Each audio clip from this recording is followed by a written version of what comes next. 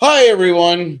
We are live, and we are talking today with a girl, a guy in a movie. I almost said two girls, one cup.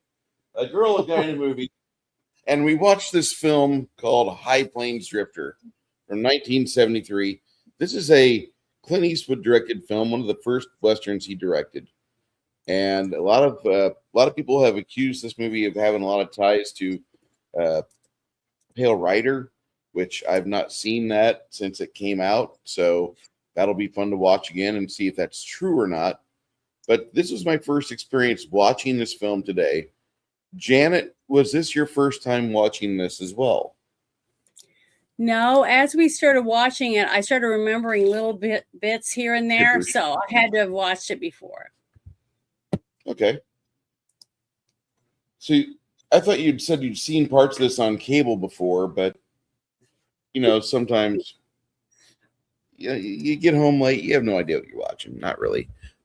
This film is an interesting film, to say the very least. It made me Yeah. feel like not a single person in this movie was a good guy.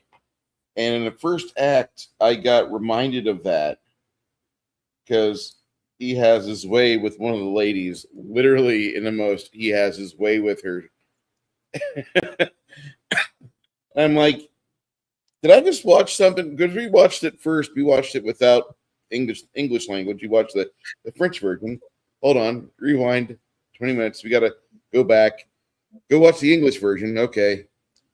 Uh, that still happened. I did not hear her say she was happy about this, Mm-mm. and it didn't seem like there was a lot of consent there from her to him.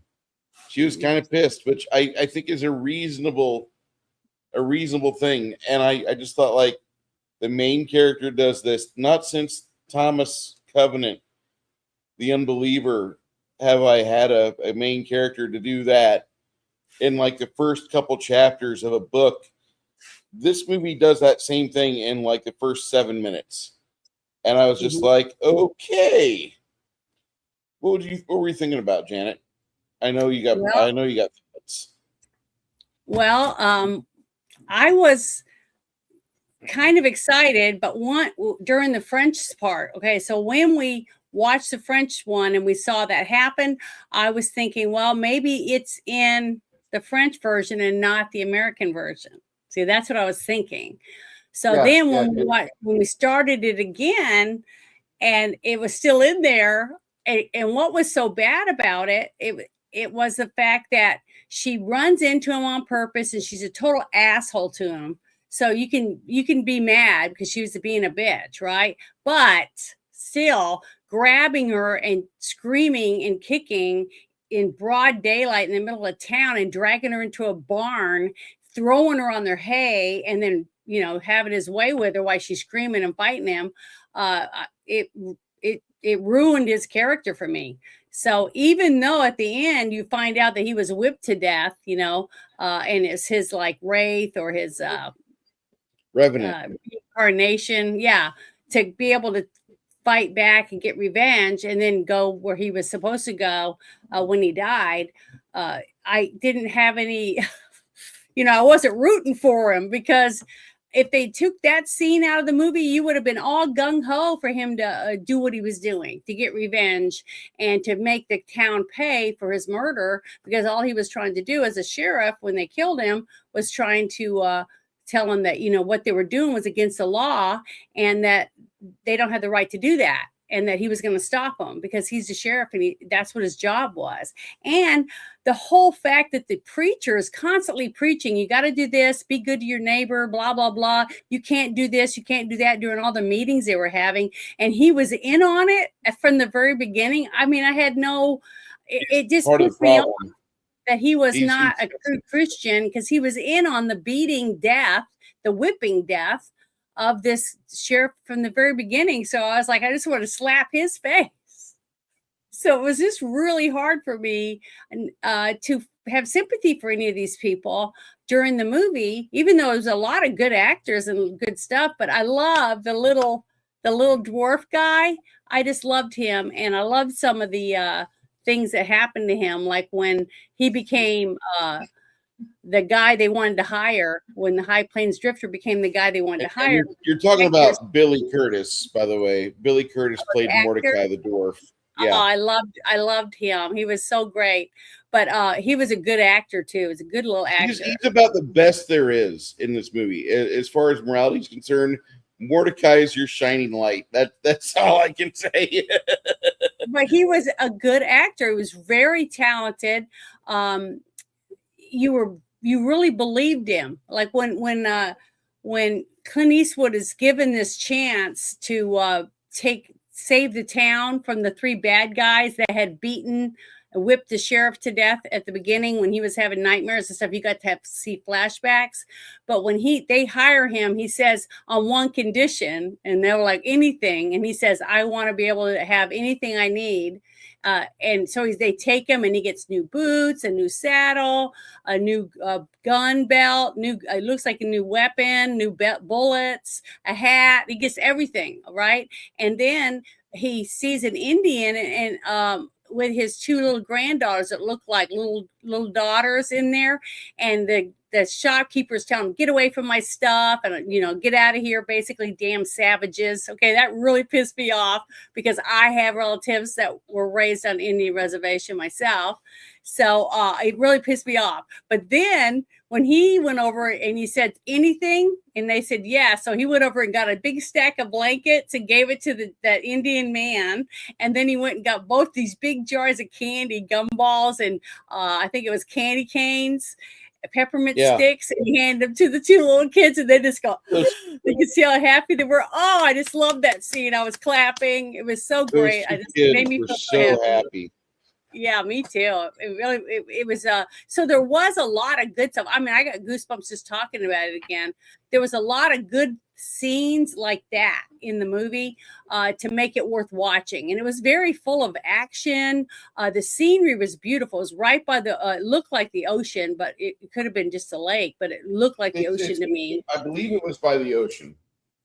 Part of me wants to say it's not too far from the coast. Oh yeah, Clint Eastwood did just have his birthday. Let me put that up there. Hi, 96 years old. Say hi to Bruce McFadden. I haven't seen him in so long, because I know he's been having some health issues and stuff. But I hope you're doing a lot better, because I haven't heard from you in a while. But it's nice to see you in here. And I think my sister was in here. Let me bring her a little thing up really quick. I'm sorry to interrupt, but see, look. It says Jerry, but I know it's my sister, so. But it's nice to see him in here. So thank you for stopping by. I really appreciate it. But go ahead. You can say what you were going to say now. I didn't interrupt. No, I just think that they filmed this close to the coast. Yeah, it was really beautiful scenery. Not too far from the usual Clint locations, because Clint doesn't miss when it comes to real estate for movies. That's all I'm going to say. He's about as Ching Lee as it can get. He doesn't miss. He's very, very accurate with where he wants to film. His director of photography knows what the fuck he wants. The one thing that surprised me is that the movie did not have Lalo Schifrin doing the music for it. Lalo's done about maybe 7 or 8 Clint Eastwood films. Very talented individual he is. Yeah, there was something I found about the I'm gonna look it up real quick about the soundtrack. Go ahead. So I'm looking it up real quick. It's a note I found about the music that Clint Eastwood, because he directed this, and I was trying to find it real quick. Let's see. Give me just 1 second. Oh, I hate it when you brought it up, so I was going to share it. Sorry, it's going to take me a minute. It says I can't find it. Damn it. Go ahead. You keep talking and all. Oh, here it is. It says the strange colors make the town of Lago look different throughout the day scenes. Clint Eastwood supplemented this with eerie music, idographically looking photography, to make it stretch a little and stuff like that, as well as weird dream sequences, all adding to the supernatural atmosphere of the movie. That was all chosen by Clint for the music and the eeriness of it. And it was kind of like, I was going to say, it kind of reminded me of someone who might be smoking a lot of weed or something, getting behind the camera. I So, don't know if it was a weed induced thing, but the psychedelic sounds of it mhm. and the colors, it just made me think that it might be supposed to be taking somewhere on the California coast. It might supposed to be there, but really they're in hell. Like it's not even purgatory. It's you're in hell. You're welcome to Yeah. hell. This is where you are. You're just gonna burn. And that Yeah, it was entire really weird, different. that entire theme just pervasively stuck throughout the movie, like a sticky set of underwear. But there Go ahead. was just a lots and lots of characters in this movie. I mean, you didn't just have like one or two bad guys, because you had a whole town full, and each one of them were adding their own little stabs to each other, because this is a town that let a sheriff be murdered by being bullwhipped to death by three henchmen that supposedly the people that ran the mining company thing hired to get rid of him, because he was going to expose them for mining on government land, because that's what the whole thing was about. When we, towards the end, when we found out, is the fact that sorry people, this movie came out in 1973, so we are going to give spoilers. That's just the way it is. But that was, to me, it really wasn't a very good reason to murder someone, honestly, but it showed you how corrupt all these people were. Everyone in this town was using someone, sleeping with someone, ripping someone off, stealing. They were all thieves and scoundrels. There wasn't any decent people in the town. Even the little guy in the scene that you see him get scared of the one guy, because he goes, when that guy's away, I'm gonna do that, and he gets scared. He gets underneath the steps of the one saloon thing that they were by, and It was when his he's only under it, defense. yeah, because he's little. It was his only defense. Yeah, and he hid under there when those three guys came to town and ended up beating or whipping the sheriff with bullwhips to death. So he watched him being murdered and didn't do anything, but he felt remorse over it, and you could tell. And so did the other woman, the wife of that one skanky guy that was part owner of the mine. I think they owned the hotel, right? They owned the Mhm. hotel, and she felt remorseful, because you see her in some of the flashbacks. She's back there and she's seeing what happened, and she turns and goes inside because she doesn't want to see it. But everyone else, even the one that he ends up raping at the beginning, she's standing there all smug watching him getting whipped to death with her husband. So, and Yeah, then the fact that the husband lays her out like a piece of meat to be slept with any of these guys, because like she's a prostitute. Why she had any respect for her husband in the first place after that, when he says, "Oh, you could deal with it," or whatever it was, like it was nothing. That was disgusting and repulsive to I me. just want I just want all of you to understand that Janet has not played Fallout 2. And once Janet plays Fallout 2, she might get a little bit of a different mindset. But we have to wait for that day to come. And the reason I say that, Janet, is that that's a I haven't even played post-apocalyptic. Fallout 1 yet. I Fallout played 1 was Goat good. Simulator or Fallout 2 Batman, is good. Lego Batman. That's it. I'm Uh, not even. have you seen Squirrel with a Gun? No. Okay, Squirrel with a Gun is supposed to be another one like Goat Simulator, just absolute carnage and chaos. But Mm-hmm. Fallout 1 and 2 are really good. They're kind of turn-based. They're isometric. They look like an RPG from the 90s, because they are. They're really good. But the second one took things further than the first, because in the first one, it's just your vault sends you out in the world because your water chip is breaking. You need to go find a replacement. Here's some maps to go to other vaults, and that's the first game. Really good game. The second one has other things in it, but at one point in the second game, you are given a choice to marry somebody. It's true love, whatever. But then, as soon as you have them married to you, a situation comes up where you are encouraged to pimp them out. Yeah, but why? It's just part of it's part of the situation. But not If is it against their will, or does the partner? No, it's not against their will. They're not happy about it, but I mean, it's to get further into the story and to possibly strike back at those that hurt you and your friends. So they're going to go along with it. But remember that movie with Demi Moore and Robert Redford, and he offers them and he offers them $1 million if he can have one night with his wife. Yeah. So that's different because she was in on it. You see what I mean? So when you just say here, I mean, to me, that's what I gripe about certain religions where you hand over your 9-year-old daughter, or your wife or whatever, because women are worthless, in their religion.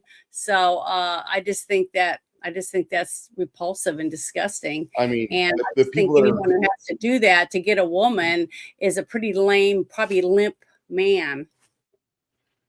Because he doesn't, he lasts probably 2 seconds anyways. That's why he has to rape people. That's the only thing I can think. Man, it's just getting vicious today. She's getting vicious. I hate people like that. I just think it's disgusting. And I want to see all of them hung up by their penises. Right. I want to see the Mohammedans get cast into the fire. I can't stand any of them. And I'll never spare the rod when it comes to them, because they have the most warlike cult. They have the most colonizing, conquering cult out there. I never want to hear about white people colonize shit, because you know what? There's still 25 million slaves out there today because of Islamic shithole countries. Okay, so don't fucking come at me and say we're colonizers and we enslave people. We stopped slavery. We gave people salaries now. They have benefits and they have health insurance. Fuck you. But these Muslim shithole countries, these piece of shit countries that are still allowed to exist, they believe in sex slavery and they love little girls. They love little white girls. And if you aren't against seeing those countries get the bloom of a mushroom cloud over them, go fuck yourself. I love the idea of violence on that shitty religion, and I can't wait for it to happen. What happened this weekend where one Scotsman went out and he stabbed like 5 Muslims in Glasgow or something? Man, you want to talk about Bruce getting tanked up? I was clapping the whole time I was watching that shit. Fuck those people. Well, okay. Well, I'm gonna get back to the movie real quick. I looked this up, and I took notes, during the movie for wonderful lines and things like that I thought were really, really good. And the fact that he directed this movie himself and he starred in it. So the only thing I didn't like about the movie that I can really say that I think brought the movie down was that one scene. If you took that scene out, then the redemption arc and everything about it would be freaking great. I mean, you'd be rooting for but him. No you know what I mean? So, there's not a single redemption in the movie, though. Yeah, maybe Mordecai. Yeah, maybe from Mordecai. That's it. But one thing I thought was funny that I noticed right off the bat was after she gets assaulted, okay, and then later he goes in, Clint Eastwood's character goes in, the High Plains Drifter guy goes into the barbershop and he says he wants a shave and a haircut and a hot bath, right? And it's a wonderful tub. I just love baths. I'm a bath person, and I just love that old antique tub. If I could ever have something like that in a nice bathroom, I would love anything like that. I thought it was so neat. Would you want a 12-foot bathtub? I would love that. A porcelain one. Oh, I just think they're gorgeous. Absolutely gorgeous. But I want an old one, one of those original ones that's like been redone. And if you could put a couple jets in it, because they're real deep, and when you sit in them, you're like that, and 2 people could get in there. Well, I know nice. I know why you want it, because you can sit all the way in it, and your knees nor your boobs have to be above the water line. I get it. I get it. And bubbles, you can have all the bubbles and some candles. It's just nice. But that scene when he's in the tub, and then the sheriff of town pulls up a chair and sits down next to the tub to have a conversation with him. I just thought that was really awkward and weird. And I couldn't help it. Every time I saw that sheriff, I thought of the guy from Gilligan's Island. Did you? Nah. He looked like the skipper. He looked like the skipper through the whole movie. I couldn't help it. But that's who he reminded me of. But then that woman that he had accosted in the barn, she comes bursting in with a gun. She starts shooting at him, and you see the water splashing 3 times, but their water doesn't drain out. And I've watched, I don't know how many gun shows where they're shooting through skillets, all kinds of cast iron pans and all this stuff. And this is a thin tin bathtub, right? And it's still got water in it. It would have been drained out with 3 bullet holes in it, right? So that was kind of lame. That really, I don't know. I just thought that was stupid. So I wrote that down. And then the other thing was when he said, when the 3 bad guys got out of jail, right? And they're yelling at the prison guards when they let them out, and they threw their shit on the ground and said, get the hell out of here or whatever. And then they go, well, where's our horses? Like that. And the other guy goes, what do you think you've been eating for the last 3 months? I love that scene. I thought, and then they didn't believe him, but basically, yeah, you're out in the middle of nowhere, basically. And, you got to think about it. You got people in prison, they got to eat. So they probably did eat their own horses, but man, how low is that? But I just thought that was a really, a good line. And the other line where you see that thuggy guy, he's the only skanky guy in town that you keep looking at during those scenes with the whipping. You see him in the background, and he's using a whip a couple times, doing the stagecoach and stuff. I can't remember the actor's name, but he comes up behind him and he's grabbing his knife, right? And he's talking about what a piece of shit he is and how he doesn't like him. And then he just doesn't even turn his head. Clint Eastwood's character goes, you're going to look awfully silly with that knife sticking up your ass. And then he just puts it back down in the holder on there. So there was a couple really good kick-ass scenes that I really liked. I just thought he was very macho. He was definitely a badass. I mean, there's no denying that he was a badass. And just the way he carried himself, he was very smug, and you really didn't know. You didn't know whether or not is he the guy that they murdered coming back to get revenge, and why are they trying to why did they kill him? Because you don't even find out what happened and why they killed him until almost the very, very end. So you don't know what's going on, but you know that none of them are good because they're all assholes. They're all bad. They're all stabbing each other in the back, throwing each other under the bus. Nobody wants to be told what to do by this guy, except this guy that I thought looks like the skipper. Because he was all for it. He was happy as a lark to take him from one store to the next and let him get stuff. And when they'd say, okay, it's going to be $900, and he goes, it's going to be no charge. And he was like, they're all really pissed off with him. And he's just taking the tobacco and cigars or whatever, he can get from each of the places and enjoying the whole thing, the sheriff. So I thought it was great. He was basically just taking whatever he could from everyone in town, as he took Clint Eastwood around to all the stores to get free stuff, right? To get ready. Now, I don't understand all the effort they went through to make those giant tables for this giant festival or meal or barbecue or something, and they didn't do anything with it. What do you think they were doing with that? What was it for? Do you know? I have no idea. I thought about that a couple times, but I just let it flit out of my mind because there was other things going on in this movie that I was enjoying quite a bit. Like just the absolute lack of morality. Like we took these Yeah. we took these 50 fucking sociopaths, gave them various Smith and Wesson arms, and just let them have fun in a town that was at the very end. If it did not end up in a shootout, we would just detonate the gas lines underneath and we'd blow it all to hell. Fuck it. This movie had so much to admire on its script and how the characters, you could see how the motivations were, but you yourself, it would take you a lot of heartache and a lot of pain to get where they are, but they're already there and the camera's rolling. You better catch up. You better figure it out. And when we finally see what happened to Clint, how he got killed and whipped to death, you're kind of thinking like, okay, well, this kind of makes sense. Now I can understand why he's so driven to unfuck this town and fuck it up his own way. I get it. This movie felt like it was in the Dollars universe, just because Clint Eastwood is not there for any moral reason.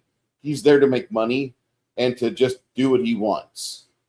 And it's not even really making money now. It's just more or less just squaring things up. And that's it. And I didn't like the fact that if he's a revenant, he didn't really look like the guy before, because nobody said, oh, look, it's the old sheriff. Nobody did that. Nobody had a look of, oh my God, you're back. And I was really hoping if that was the case, they would have done that. But instead, it's like he wore a different skin suit to go into town and be a complete asshole and upright, just completely table flip everything in the town. Which is okay. Though, go ahead. The scenes where he had the nightmares, it was him. It was him laying on the ground with all the lash marks and stuff on him, even though in the flashback scenes of the actual whipping, it wasn't him. But when he was laying on the ground, they did the close-up, like when the young Malachi was under the porch, right? And he sees him laying there with the lash marks. He sees the High Plains Drifter's face, not the other sheriff. See? So he had a sense that that's who he was. He felt it, that might be him. And so did the wife of the hotel owner, the one who went in that wouldn't watch. She kind of thought. I wanted it to be more noticeable. I really did. I felt like they could have made it a bigger narrative beat when you already know what's going on, but yet the side characters of the world in this movie start to get it. I would have liked it better. And I didn't want them to have another character. The Buddy Van Horn plays Jim Duncan. I wish they didn't have that. I wish it would have been Clint Eastwood the whole time. And when they see him, it would have been like, oh my God, you're back. Because there's just some things you can do a little bit more narratively than with the way this was done. It to me, it just felt kind of disjointed. Yeah, but honestly, you're saying it that would have been saying different for me if they did that. And the reason I'm sorry I'm interrupting, but I'm worried I'll forget my point here. The fact, remember how upset you and I were both talking in the chat where we were watching the movie during the scene where he's raping the woman in the barn. Remember that? Mm-hmm. Okay. So if we knew right away that it was him, instead of thinking it might be a relative or we don't know for sure, because they didn't make it definitive until the very, very end, right? Yep. It would have made me even more mad, I think, if I knew it was him for sure and he raped that woman in the barn. It just I really would have got pissed off, I think. But see, I had a while there to simmer, wondering, what's going on? Because why would he rape a woman if he's there to get revenge and they murdered him in the street? I don't know. There's a movie, or there's a book series called Thomas Covenant, the Unbeliever. And it's kind of like this, written by Stephen R. Donaldson. Mm-hmm. And this guy is a leper. and he just takes a nap one day in the woods, not too far from his home.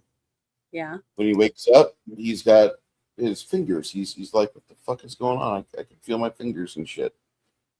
And he starts kind of getting excited because like he can have sensations in his body now. And he meets a young pretty girl who's part of she's part of a church. And as she sits down with him, he's just kind of going nuts in his head. This is the first like 3 chapters of the book. And he's like, my God, I can feel my penis getting engorged. And she's like, what? And he just throws her on the grass and he fucks her brains out. And that really turned off a lot of people in the 70s. Although there were some people in the 70s thought that was great writing because some pro-feminist stuff was actually just pro-rape stuff back in the 70s, Yeah. fantasy and science fiction literature being what it is. It's a dumpster fire. Just accept it. Sometimes it smells like a Denny's at 3 a.m. Sometimes it smells like a Planned Parenthood at 8 a.m. We don't know. Well, the dumpster fire that is literature, this book series actually is kind of good, but the characters are fucking morally gray. And watching this movie here reminded me of Thomas R. Covenant story, or Thomas Covenant story, or the Stephen R. Donaldson story.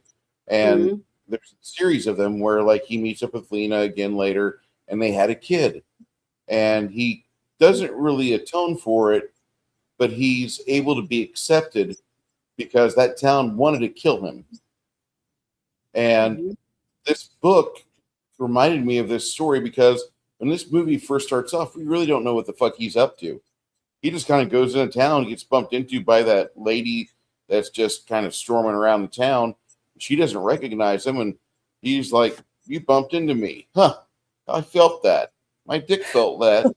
And he grabs her, and he yoinks her off to the barn and throws her down and takes the powder, takes the punishment to the powder on her. And I'm like, this reminds me more of the Thomas Covenant book than anything else I've seen. And you're supposed to be thinking about the fact that, like, there was a girl that got murdered in New York, Kitty Genovese, which I don't know if she's a relative to the Genovese beer, but there was a girl that was murdered in New York City, and it was supposed to reflect on that. But the entire time I'm watching this movie, the reason it was reflecting on that is the fact that all those people watched her being murdered and they did nothing. That's what this story is supposed to be basically about. It's the redemption of somebody getting revenge on the town that stood by and let him get whipped to death. Yeah. That's what the similarity was with the murder of that young woman. Nobody did anything. And we see that a lot all the time today. It's like a culture. People just whip their phones out and start videoing or going live, why someone's getting the shit beat at them or raped or murdered, and nobody does anything. And you should be accountable for that. I'd much rather have somebody get it on video with their phone than back in the old days, and they used to make an oil painting of it because, God damn it. You're so funny. This movie has a lot of good stuff in it. It's just I have a hard time liking it. It's not that it's a bad movie. It's just the fact that I don't know if I was the intended audience, because I'm gonna rate it a 65%. I think it's a fine movie. If you stumble onto it, you've not seen it before, please watch it, because you might have a better opinion of it than I do. But I'm going to give it just barely over 3 out of 5 stars because I think it's worthy of watching. I just don't think it's going to be one movie that you're like, oh my God, I got to watch that again. No, I don't know anybody that's in a hurry to watch this film all over again. I think this movie has a lot of things in it that it does really well. This movie is one of those films that you would see it in theaters, and if you brought a friend, you wouldn't shut up on the way home. you'd be talking Yeah. about everything you saw. It was nothing extraordinary, but this movie has some things in it that, with a better back end of a movie direction, better scripting, better editing, better music, this movie could have been like The Unforgiven, because The Unforgiven is a goddamn classic, and it might be his best Honestly, western though, ever. I agree with What? you about why you dropped the score, because I'm only going to give it a 7.5 out of 10. Because I probably would have gave it almost probably 8.5 or a 9. But if you took this movie right now and you took that one scene out of it, just that one scene, even after her being a total ass to him and stuff, and he just does the whole thing with her about her shoes and her her feet being so big, making jokes with her or being mean to her, and turned around and walked off. Okay, if they did that and did the same whole movie, the rest of it, people would have rated it even higher. It would have done even better, because that would have gave him what he needed to have the arc for somebody getting revenge for his murder, right? But him doing that at the beginning, to me, I think took a lot of people out of it. And the thing is, that kind of stuff happened all the time in the early Wild West. That women weren't even worth as much as a horse. I mean, that's one of the reasons why I picked that movie, Bad Girls, to show a woman whose husband dies, and because she's just a woman, she couldn't keep the property and stuff that she had because her husband passed, and she was worthless now. So now she had to become a prostitute. So basically, that's all changed now. Women can own property, women can go to school, we can drive, well, in America. I'm not saying the same in the other countries, but in the Wild West, a woman being assaulted like that isn't shocking. So it happened back then. But the fact that our hero supposedly is the one that did it, that's what to me that dropped it way down, because you can't. Why are you going to root for a guy to get revenge for his murder when he's And a here's piece of where shit? I think this movie like completely is he's undead. I completely Yeah. feel he's undead, because like thinking he's about not it now, alive. okay, the guy that he's Buddy Van Horn's character was his that was his stunt double in a lot of films. So you could draw the conclusion like, oh yeah, it's the same guy. Okay, that's fine. But whenever he's kind of just walking around on the planet at the start of the movie, and he bumps into that girl, and he's like, I felt that. And then all of a sudden, he's like, I'm going to fuck her brains out. He's like, I bet you I could feel my dick too. Not a really good moral clarity, not a good moral compass there. But in terms of narration and the character having self-discovery, I can understand where he thinks that. I just don't think it's implemented as smoothly as I'd prefer it to be. There's a lot of Yeah. movies I like that a lot of people just hate. I like the movie Passengers. I think that's a good movie. I think Pratt and Lawrence do a fairly decent job in that movie. When you look at it from a distance, he goes through the roster of all the other people on board the ship before he picks the one that is going to bear kids to him and keep them company while they're on this multi-year journey across the cosmos. A lot of people get upset about that. I'm like, I kind of understand his position. Like, I'm talking about my goddamn sanity here. I just can't put you back in once I unbox you. I got to keep you out. So I think I understood Passengers pretty well. And just like that, I can understand his perspective on some things in this movie. I'm not saying they're good. I never once said they're good. I can understand it though. Mm-hmm. I think this movie has a lot of concepts they don't follow through with. If they would have let them bloom and it would have been organic, it would have been fine. This movie could have been an 8.5, 9, 95% maybe. Mm-hmm. But And really, like, the fact that somebody in 1973 or earlier wrote a script because they got upset about seeing and reading about this woman who was murdered, and 30-something people, or was it 40-something people, stood around and did nothing to help her when she could have lived. Okay. Yeah, could have. So the fact that they did that and wrote that, I get that. But see, to me, a lot of that was lost in the fact that they one attack. Okay. To me, I just think it would have been, it could have been an Academy Award winning movie if you just made a few changes in it. You see what I mean? Because the actors were good. The scenery was great. I mean, I'm not saying it would have won like Best Picture, but it would have been nominated for Best Screenplay or something like that. I really do believe that.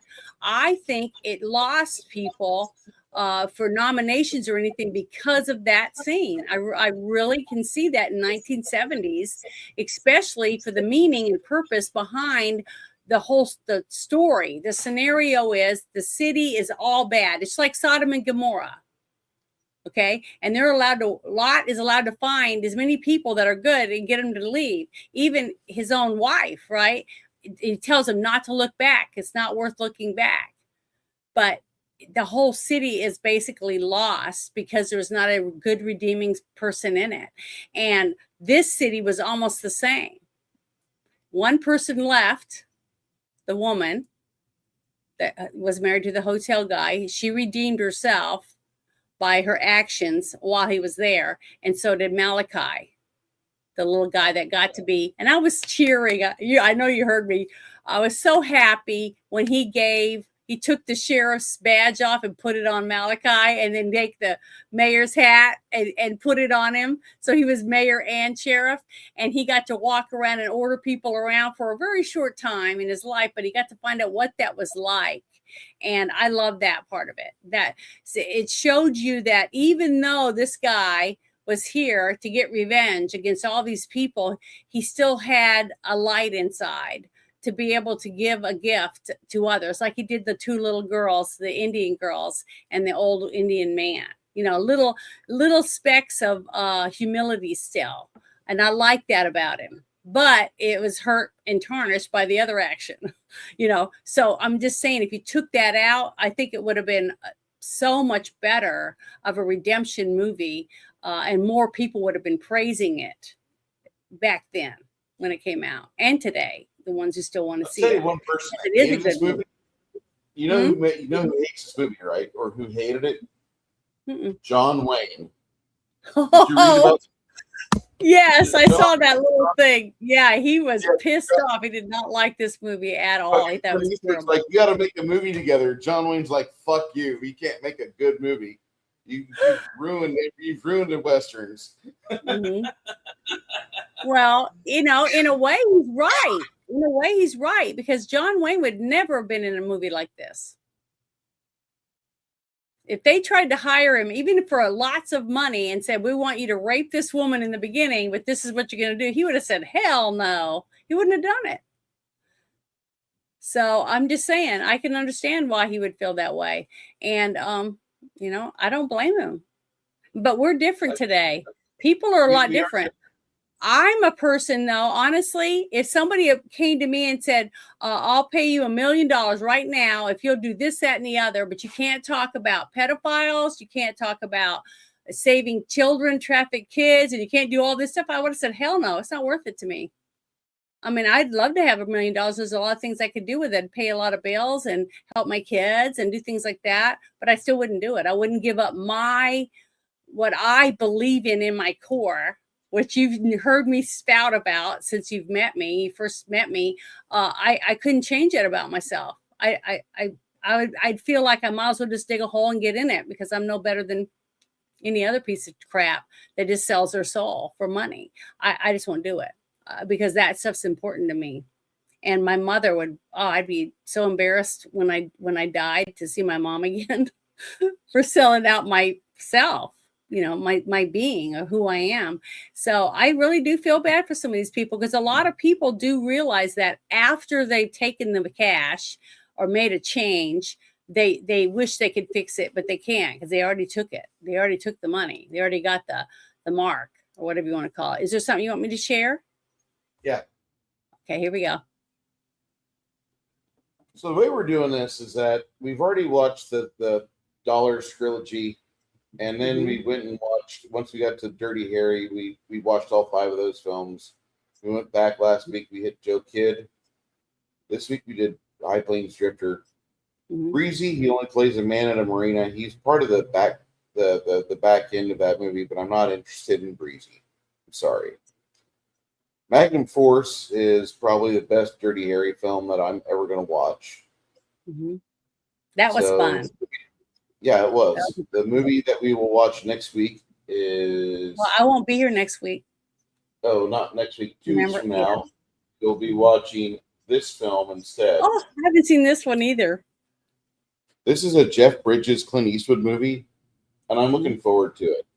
I'm looking forward to this movie like hard because I remember watching parts of this when I was a young kid, and I liked it, but my mom thought it was too violent. So, I'm really just doing this just because my mom is in her 70s now. She can't tell me to get off the television, stop watching violent television.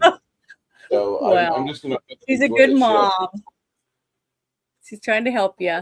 But someone asked us about Pale Rider. Are we following these by year or something? By year, right? We're doing this by year. So I mean, just to give you an idea, we got Thunderbolt and Lightfoot. I think we're watching the Iger sanction. I'm going to check that before we commit to it. There's only been a couple movies in this selection. When Bruce suggested that he wanted to do all these Clint Eastwood movies, which I love Clint Eastwood, I just haven't seen all these movies. There's only one movie that I picked. We haven't seen it yet, but we'll get to it. Hold on. We're watching all of the Clint Eastwood films first off, and in that lump of Clint Eastwood films, one of them is being held off for next year, and that's called Beguiled, because that'll be our "Fuck You Valentine's Day" episode. And then we're watching the other Clint Eastwood films now, which some of them you might like, much like I like, what I like.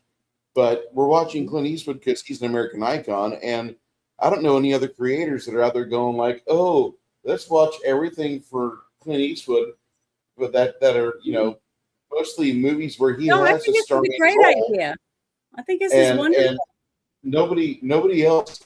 A bunch of episodes of TV he did, but very few things. Once he started up with Fistful of Dollars, and he became a phenom, I think. Starting off with his career in '64, that was where we started following Clint on this channel, and we had to do that. There are some things he did before that. He did a episode of Alfred Hitchcock Presents, episode of Maverick.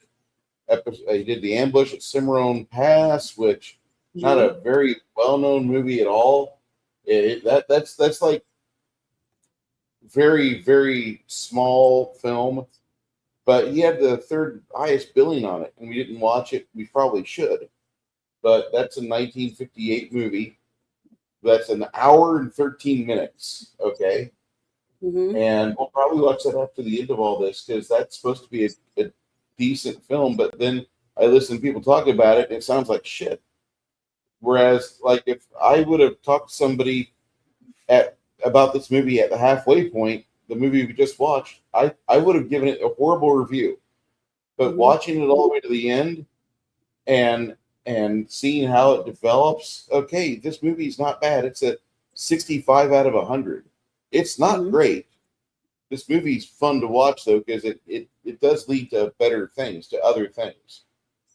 And I think by going through all of the Clint Eastwood stuff year by year chronologically, like, after we do this, we do the Iger sanction.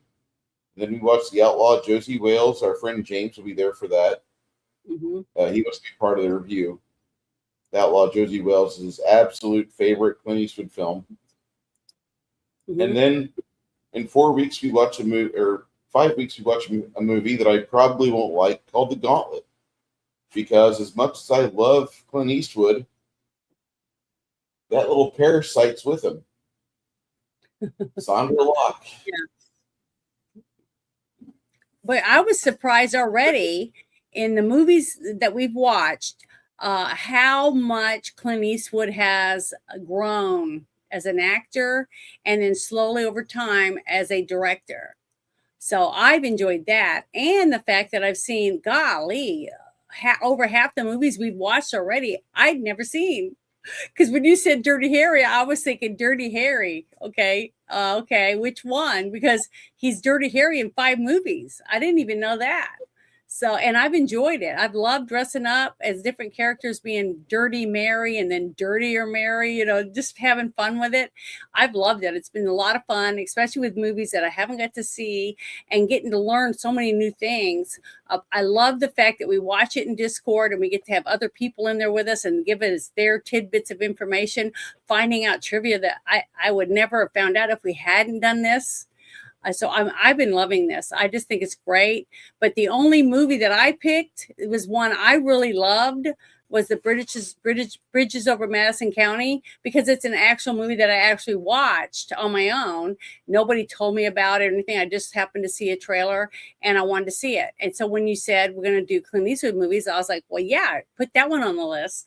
I didn't realize we were going to go through it like we're doing, which I think is a great idea because he is a phenomenal director. I mean, look, he just now retired. How old is he? 95 years old, something. I mean, God, I hope I live to be 95. I can still walk around. 96? 96. See, I mean, who wouldn't want to make it to 96 years old? 96. And that's what I said, 96. You can't hear me?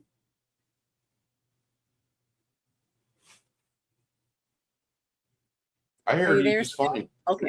All right. Because you said 96, even though I said I heard you just fine. Okay. I'm here. But, so the thing is that I've been really happy with this. I think this is I think we should do it each year. Pick somebody. We could even do Gene Hackman. He was a good director and a actor. So, I mean, he didn't do as much as Clint Eastwood, but he was a phenomenal eventually actor. We either die or we have so much overlap. We'll either die or we'll have so much overlap because we'll be watching somebody. Oh, we've already watched them, but we already watched this film. Mm-hmm. Oh shit!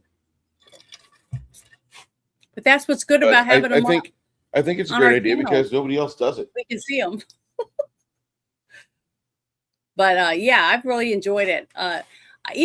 There's been good and bad with every single movie that we've talked to. There hasn't been there's very few movies at all ever that doesn't have something, prop mistakes, script flaws, sets, acting flaws or whatever.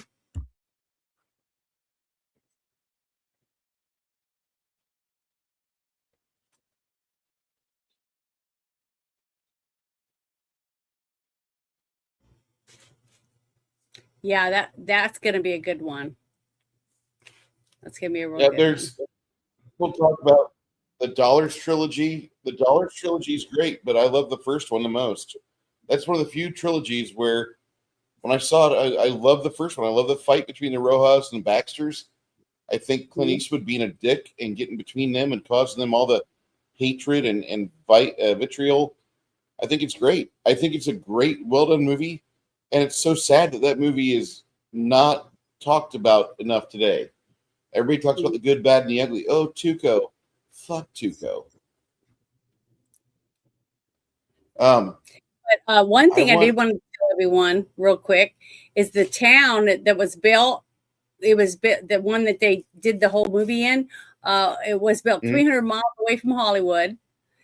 46-man crew of technicians and 10 laborers worked 10 hours a day for 18 days, constructing 14 houses and a 2-story hotel.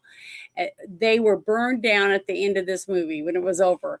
But they did that, and they did it under budget and before their time ran out. So that just shows you what a great director he was, because he was able to get all his people to do their jobs, follow through, finish what they were doing, and nobody got shot with all those guns and shootings and all the explosions with dynamite and everything. It's amazing. I thought they did good. Janet And still talks about the movie Rust. yeah, but even the shooting was even better this time in this movie. From the last movie that we watched, the last Western, to this one, the special effects were 10 times better. Did you see the guy's ear? They got almost blown off. How real that looked. I mean, Yes.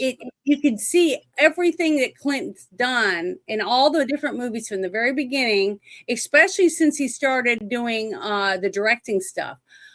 The one movie that he only directed that one scene in where the guy was going to jump off the building, that was a good scene. He did a really good job. But each time he's done it, he's done a little bit better. Play Misty for Me.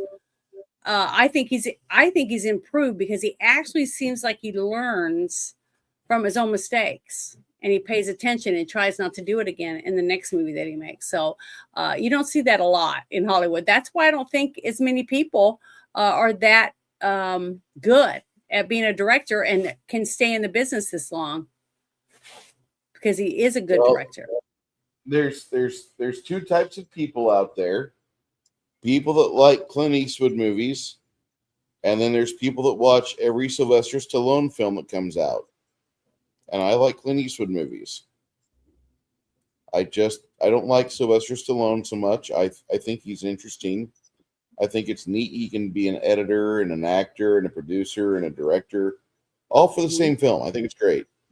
But I don't really like Sylvester Stallone that much. And it's nothing against him as a person. I just disagree on a lot of the choices he made outside of the Rocky series. Mm-hmm. That's all. Well, another thing. Go ahead. But I do like the fact that he was part of the Expendables series. But even those had a time where they were, okay, we're done. And it didn't take very long for the Expendables to get creatively bankrupt. Mm-hmm. Well, it's just that you can only do so much for so long. And as the actors age, I mean, every single time we watch a movie with Liam Neeson in it, when he's older and he's running or whatever, you don't like it because it makes him look old because he can't do the things he did when he was, in his 30s. Janet, it's the fucking time where I watched the movie Taken Part 2, and there's 36 edits for him going up the fence. There's 36 edits. It's not the fact he's old. You can be old and be athletic. Liam Neeson in that movie looks about as athletic as me. But that's what I'm saying.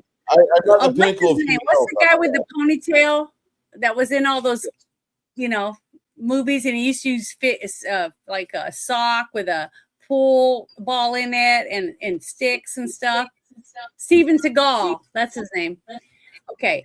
He just got worse and worse, and his movies just went downhill because he started getting pudgy and he wasn't believable.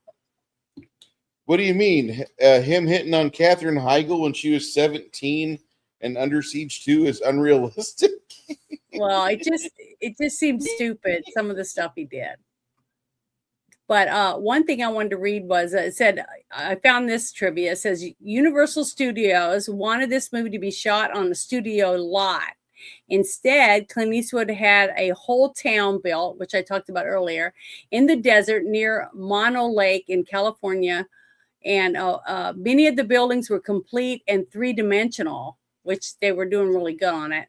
That was the only thing I didn't like about that town was you could tell that all the wood was new. Every single building didn't look aged or weathered. It was almost like brand new wood. So that's one thing I would have done different. I would have put some kind of, stain on or whatever to age some of the wood. Janet's Inspections is a accredited AAA inspection company. Janet can tell you by just a mere look if that's ancient wood or new wood. Well, that was just to make it look more realistic. That's all I'm saying. Yeah. But also the headstones in the graveyard. If you look when at the end, you could see the one headstone that had his name on. I saw Sergio Leone's headstone. Yeah. So he had different ones on there depending on. It said that Don Siegel was one of the names on the headstones, and he was a director of 5 of his movies, 4 of which preceded the one Brian Hunton did. And then it said that Kelly's Heroes director, Brian G. Hutton, and then it was Patrick McGilligan. He's the one that wrote the biography of Clint Eastwood, I guess. So he buried all his directors, is what he said when they asked him about it. So all the directors that directed his movies before him, he put on headstones in his thing. See, that's another thing that you'll see if you're one of those people that likes to dig around in trivia. Like I said about producers, a producer will come and say, well, I'm putting this much money in and I want to put my granddaughter in one of the scenes, or I want to put my dog in a scene, or whatever it is. And they have to accommodate for the producers because the producers are the ones paying the bills. So a lot of changes are made on that day whenever the producers just show up, because they always have chairs near where the director is at, set up for producers to sit at. And they just walk around and they can see whatever they want. And they always have it open and ready for producers to show up on all the sets because they're the ones paying the bills.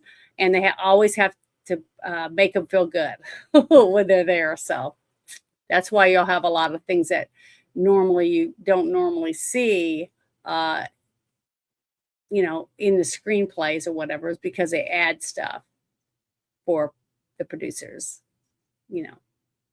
Just like the director's always right. So the director always usually gets their way. But I didn't really see anything. Did you, for the editing?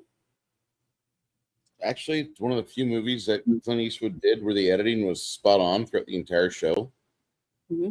I gotta give them their flowers. They did really good with the editing. Mm-hmm. I thought so too. That's one thing. I'm a real stickler for that. I don't know why. It's one of my first things. Well, I'm looking through to find, tennis shoes or Coke bottles or something. And I didn't see you make a movie. If you guys go out there in the world and you make a film and Janet and I review it, Janet will go through that film like a determined member of the UK police, finding some way to blame this on white people. She will find a way to say your editing technique sucks. She will rip apart your editing if your editing is the least bit you just sophomore. have me come in and sit when you guys do the viewing for the director to see it. So if there's any final things that need to be done, and I'll say, hey, I saw this or I saw that, and help you get that out of there. I'd be happy to do that, because I don't know why. It's like I'm pretty good at it for someone who's not professional, at seeing all these mistakes. It's okay. I mean, my level of autism really shines when it comes to locomotives. Mm-hmm. But, but I got to say that your autism really sparked off, like when we started watching a film, and there's a scene where the guy has his glasses on, the camera cuts away, his glasses are off, the camera cuts away, the guy is kneeling down, his glasses are back on again, his hands are still on his rifle, he's taking pot shots, camera cuts away, camera comes back, and he's got his glasses sitting up on his brim of his hat. What the fuck? Watching a film with you is like asking to be given a. I hate to ruin it for you. It's like watching a film with a school marm who, when she sees something that she doesn't like in like current mathematics, her hands start to twitch because she doesn't have her ruler in hand that she could batter somebody's knuckles with.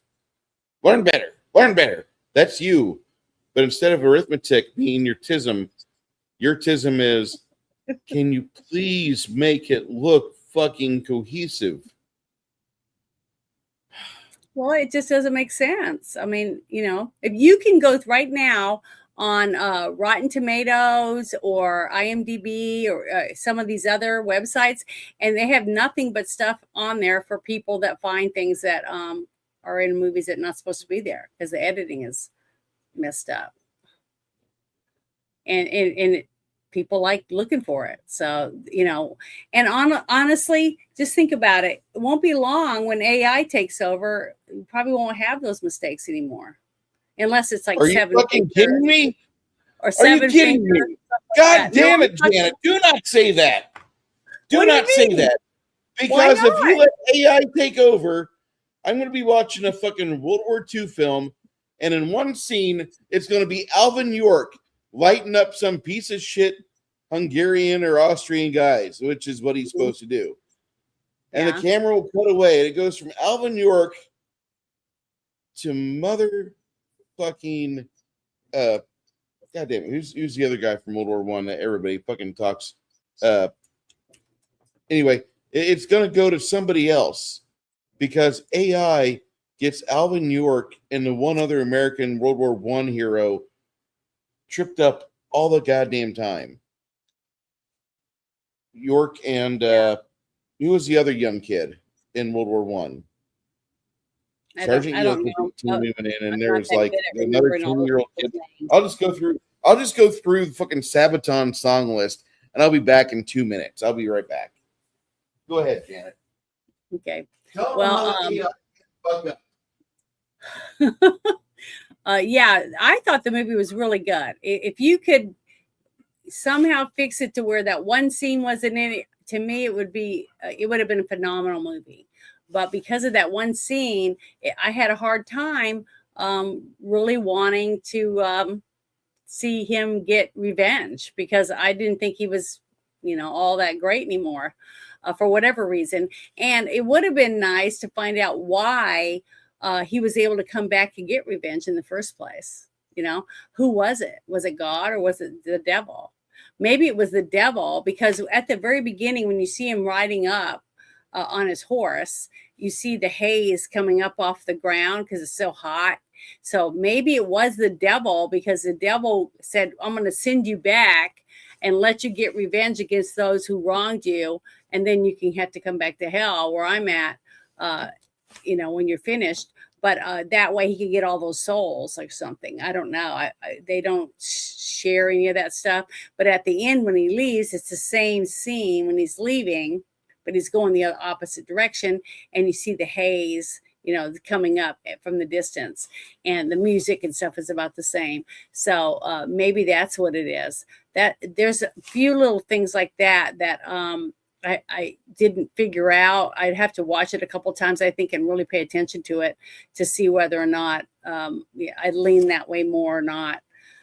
But I still thought it was really well done. I mean, the sets were great. The costumes were good.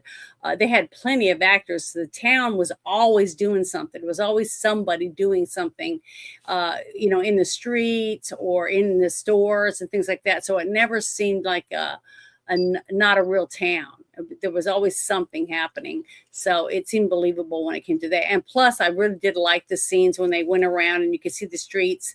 And then across the way behind the buildings, you could see the ocean, the edge of the ocean. So that was really pretty. And it was a beautiful scene because that's the first thing I wrote in the chat was beautiful when I saw it, when I first got to see it. But go ahead.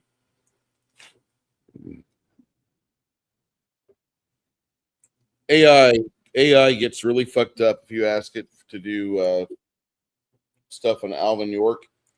Yeah. And it will an Audie Murphy material, and it'll try to draw Audie Murphy.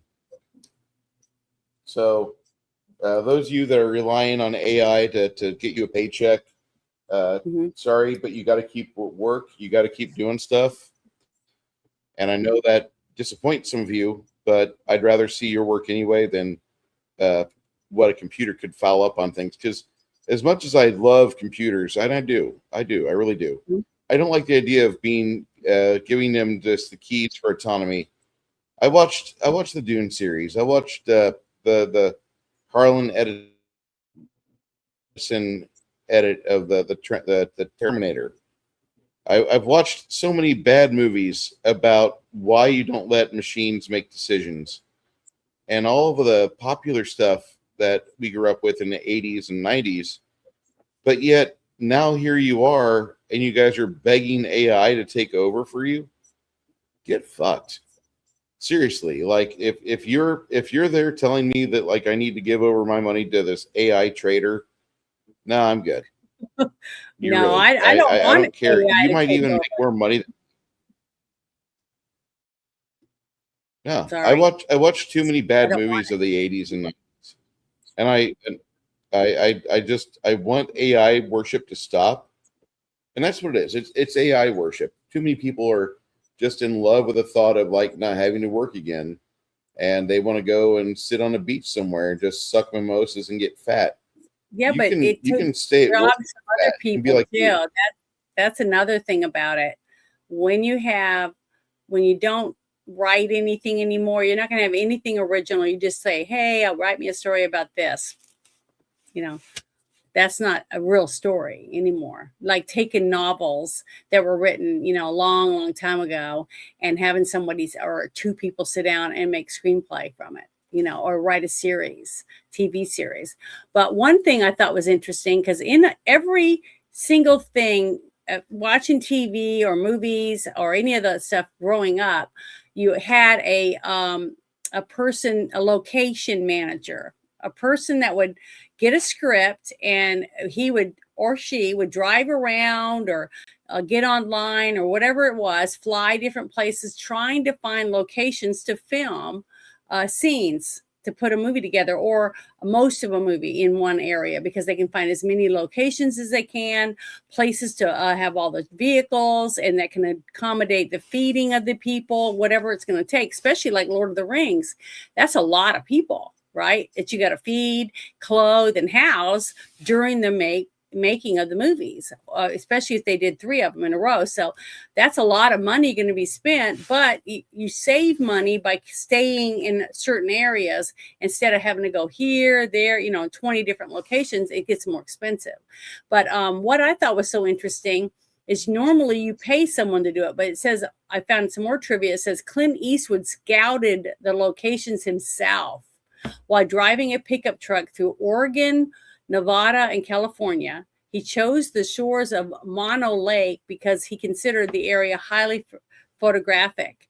Additional scenes were also filmed in like Reno, Nevada, at Winnemucca's Lake. It's a dry lake there, and California at the Inyo National Forest. So to have a director that's hands-on, that's another reason what I was going to say why he's so successful as a director and why he's grown, because when you take pictures or like you find a basement in a house and you want to have a scene in there for a murder, for a movie or a TV series, and you're trying to send pictures to the director or the director's assistant so they can get it all together and say, here's a scene for this murder. What do you think of this location? Blah, blah, blah. And they have it all laid out. But the location manager drives around and it takes what he talked to the director about or she, and then they try to picture what it is the director is wanting, okay? Because the director's always right. So they will get all these pictures and they'll send it. Even actors, the casting director does the same thing. They'll have a line on the floor, like in a big room, and they'll have the name of the character and their stats or whatever for the character. And then they have a picture, a big, 8x10 picture or whatever, or even bigger, depending on what the director likes. And they'll have it laying on the ground in a line of the people who've applied, and the director will walk by and say, yep, no, yep, and pick them like that. And then his assistant will grab up the ones that he thinks be good, and then they'll bring those in to be interviewed. Because I've seen a director on one set that I was on, and a girl came in and she was going to be a nurse or a doctor because she had a white lab coat on and her hair was pulled up and stuff. She was real pretty, and she came walking through, and he went, nope. he wanted her gone. And then later I heard him talking to a couple of the people, and he said she looked like my ex-wife. So he didn't want her. It didn't matter that she could act. It didn't matter any of that. If he doesn't want to work with them, he's not going to take them. So you just don't know. And that's the whole thing. I went into one set, and I was there hired for a specific position in this TV show, and the director came up to me, or not him, but the assistant came up to me and said, "We want to give you this part because he thinks you're better for this character." And I was like, "Well, I can't wear that uniform," or whatever it was. And they said, "Don't worry, we'll take care of it." But it's always the director. So I ended up getting a totally different part, which was basically bumped up just because the director's vision of what he could see when he sees the set and sees the actors that are going to be in it, what's going to happen on it. So you never know what's going to happen. But I can definitely say, and I've said this a couple of times as we've watched his movies, his growth as a director and how to pick and choose things, because he's the one that picked most of the actors from Play Misty for me too.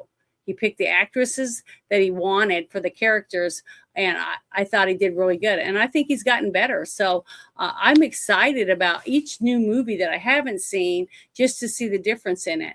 And I know a lot of people don't like certain actors or actresses that he's chosen for some of the movies, but even Bruce and I didn't agree on the one with Sandra Locke in it that we watched. What was it? Which one was the name of that one again? Bruce? The one with Sandra Locke that you didn't like her in? That was Sudden Impact, I believe. Yeah, the one that she was raped, her and her sister, that one. Sudden Impact. I loved it. I thought it was Sudden really Impact. good. Even though it was Sandra Locke, I thought she did a good job considering the part that she was playing. So that's what I'm saying. Different actors bring out different things to each of us. You know, we grab a hold of certain things, and you might really love one actor.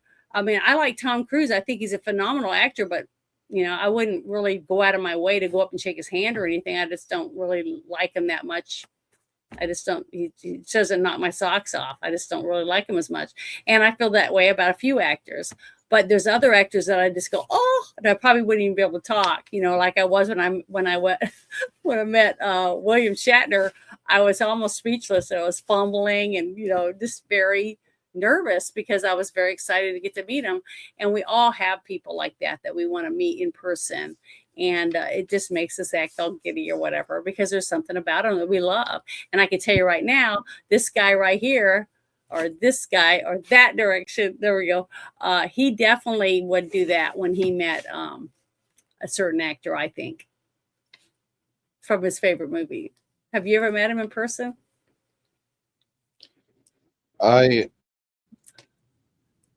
Who? Your favorite Who actor. Have you met him in person? Who, Janet? No. From No. Big Trouble in Little China. If I ever got I've the never chance met Kurt Russell. to meet him, if I ever got the chance for you to get to meet him, I would set it up for you, because I think that would be wonderful. That's really sweet of you. I love you for a lot of reasons, but you don't have to do that for me. I've already met Bruce Campbell, and I would, because I think you would. It would be make your day, that type of thing. Because everyone, it would make my year. But well, I just think it'd be great if you ever get the chance to go to a con. Okay, whether depending on what type it is, that you like horror movies, if you like action movies, comedies or whatever, and you can go to a con, local one close to you, and it has one of your favorite actors in it. I'm telling you, it's an experience you guys will never forget. You will absolutely love it. Even if you just go there just to meet that one person and get in line and get to meet them, talk to them, and then go home. It's worth doing it. You guys would. It's an experience that you'll have for the rest of your life, and I definitely think that you should do that. The reason why I don't want to meet Kurt Russell is the same reason why I like him. I like him because he is so grounded, and he recognizes that once the cameras are off, it's time to go home and play with Goldie and go do stuff with Wyatt and be a family man. Now, yeah, he's got grandbabies now, and and he's doing his best to do that. And the movie of his that I've actually watched more in the last 12 months. I've watched a movie more in the last 12 months than what I ever have before, and that is uh, oh shit, what is that? The movie about the Deepwater Horizon. Mhm. I've watched more of that movie thanks to YouTube Shorts in the last 12 months than what I ever watched of it when it was on cable or when it was going around on the pay channels, HBO or anything. And it's not a bad film. Have you seen it? I've seen some of it. I haven't seen the whole movie. Okay, we'll have to put that on the list Okay. I because also want to do that other one where he's a fireman. Have we done that one? Backdraft. Well, Yes. well, I'd like to do that one. That's one of my favorite movies by him. Besides The Thing. The Thing is my very favorite one by him.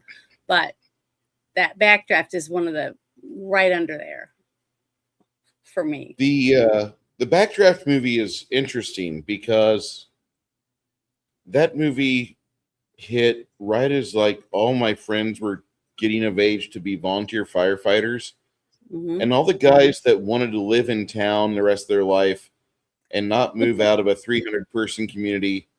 They immediately thought Backdraft was the greatest film ever made. And when I watched that movie, I saw the goodness of the film. I saw the way the movie was made, and I saw how they did the fire effects. Mhm. Robert De Niro's perfect. Sutherland's perfect in that movie. Carradine's good. Everybody in that movie just knocks it out of the park. Mhm. But Very then well. the problem I have with that movie was the fans.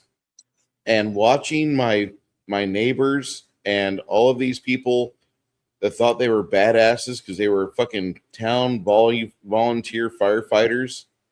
And Yeah. if that whistle blows, stay out of my way. I'm going to be the first one of the fire trucks. I'm going to be driving it. Don't you worry. I'm going to save someone's life. Mm-hmm. I don't give a shit. So I was a volunteer firefighter for a little bit in 2004 because I had the time to do it. But I rapidly did everything I could to make my life to where I could do something useful and not wait for a fire. And for those of you that are volunteer firefighters, thank you for doing that. A very thankless job. I don't want to do that. I want to be recognized for what I do. And then when it's my time to go home and kick my feet up, yeah, I'm going to fucking do that like I did all weekend. So, Yeah, it's what's really sad is a long time ago, like back during Little House on the Prairie times, the whole community worked together to put barn fires out and other fires out in town. They all did it, they all tried to make sure they saved it.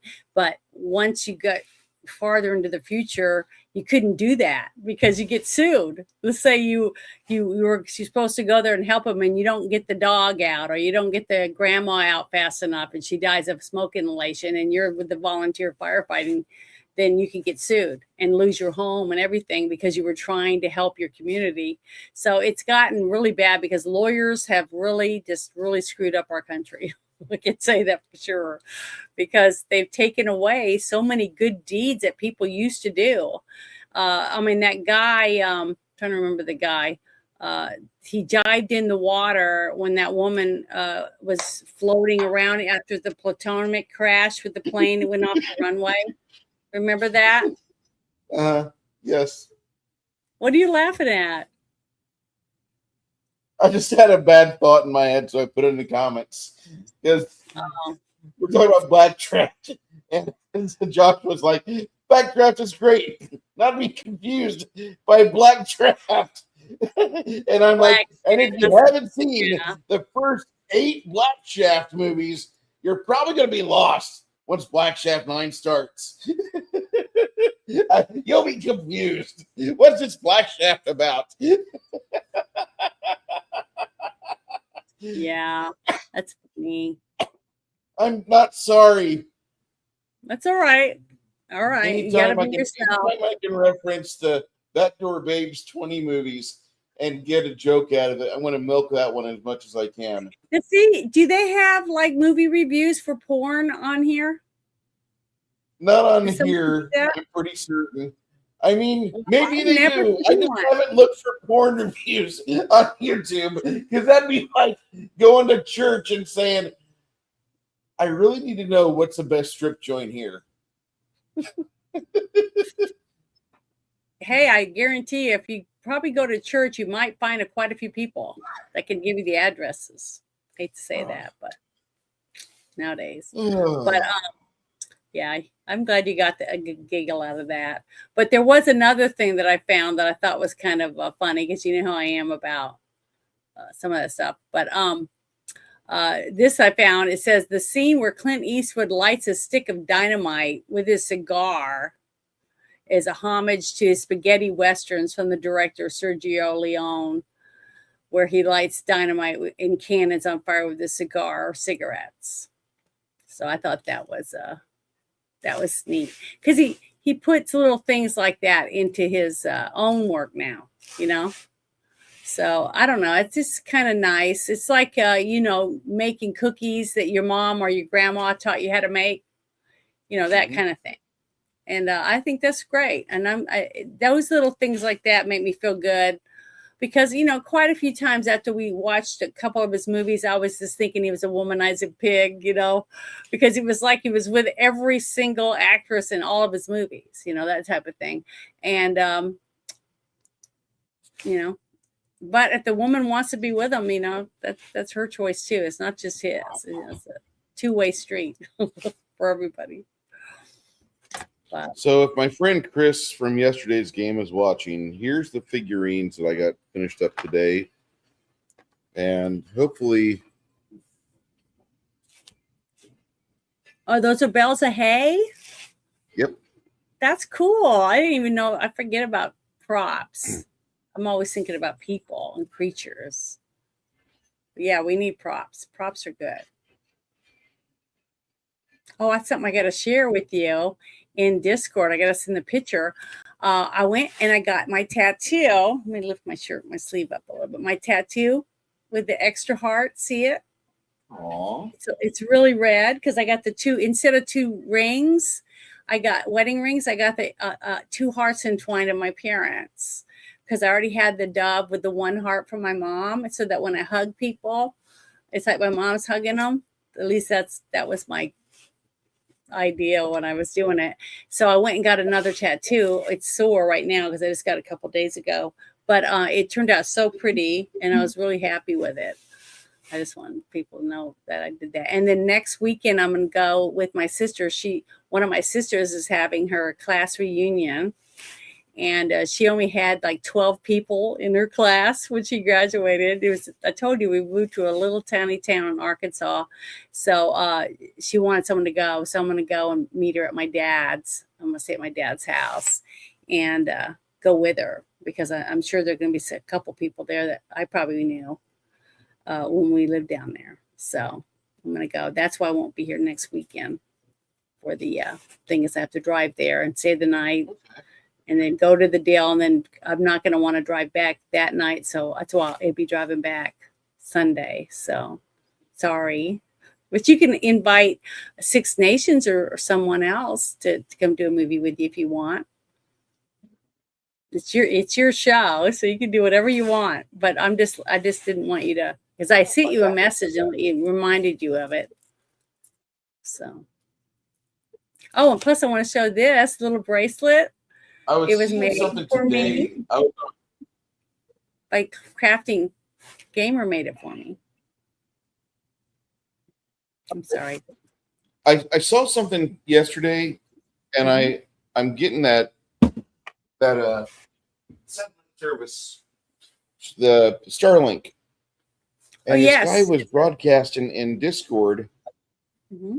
He was broadcasting in Discord. He was driving down the road on I-70 without a hitch. So I think I'll be okay to live stream. I might be wrong, but I think I'll be okay. But that's good. Yeah, I know there's a couple people that stream from their vehicles. A lot of truckers do that. that I didn't know what they used. But I've been told by quite a few people that Starlink is really, really good, and it's not real expensive. I'm But only the going to pay service is great. $140 for it. So, $140 for satellite internet is crazy good in my opinion. well, once Maybe you get that's it, too high. it's really good. I might end up getting it.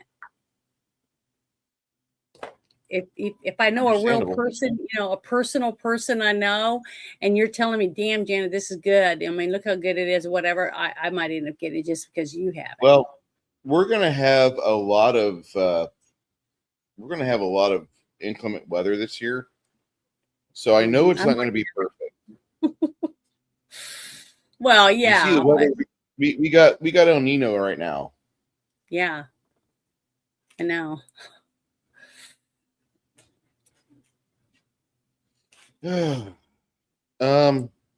Next week we're watching not next week. Next week will be a paint week. Okay. But then the week after that we watch Thunderbolt and Lightfoot. And then we watch Outlaw Josie Wales with James. Mm-hmm. And then after that, we'll just keep going through the Clint Eastwood series of films. I really am enjoying this. I mean, I know Clint Eastwood's not like my favorite person in the world, but I appreciate him very much for the work he's done. He's not a moral clarity guy either, because he's just a normal guy. I don't have hero worship about him, but I understand where he's at, and I understand that when he went on location, sometimes he was lonely or he was horny or whatever. Because I've been a dude for all my life, and I love going somewhere new and getting vacation pin.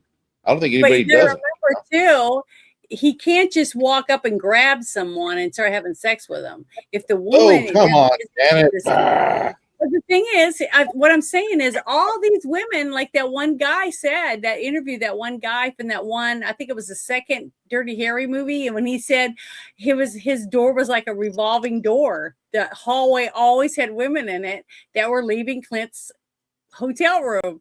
So the women were willing. It's not like he had to drag a bunch of people up. Like, what's his name? He didn't have to pay. Yeah, he didn't have to pay. He did pay, but he didn't have to beg them. You can't knock him for that. I mean, look at like I said earlier, Elon's got what, 17 kids with all these different women. So if a woman wants to be with a whore dog guy or whatever, then let them. I mean, that's their decision, that's their choice. And if you're a 65-year-old man and you've sat on a piece of ice for the past 20 years, you can meet my friend Janet somewhere in Little Rock. I don't want a frozen ass guy. I want someone with a warm ass.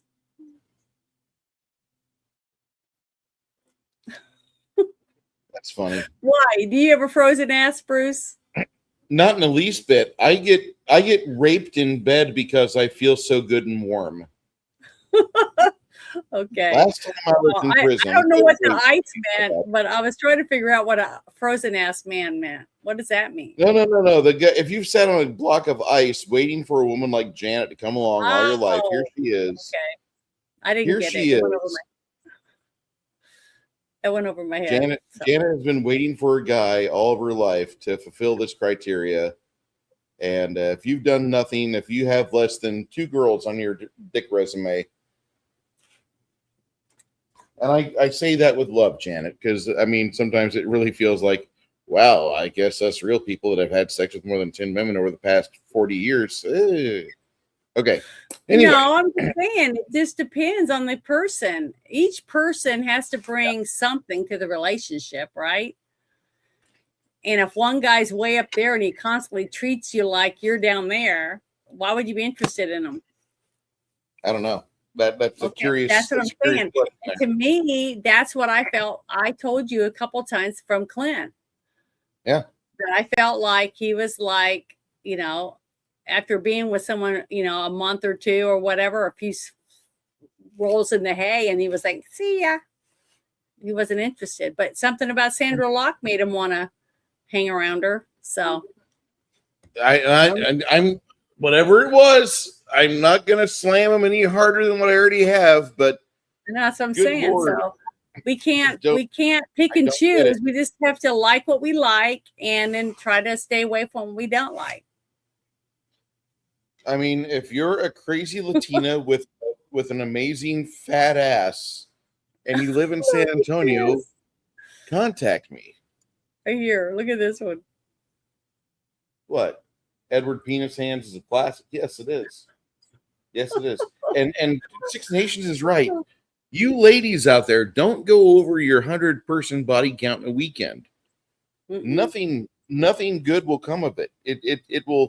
Yeah, it you will heard about backfire. that woman, right? That one lady on, I think it's OnlyFans, and she was with 100-something men in 24 hours or something, and she had to go to the emergency room because her inside started falling out.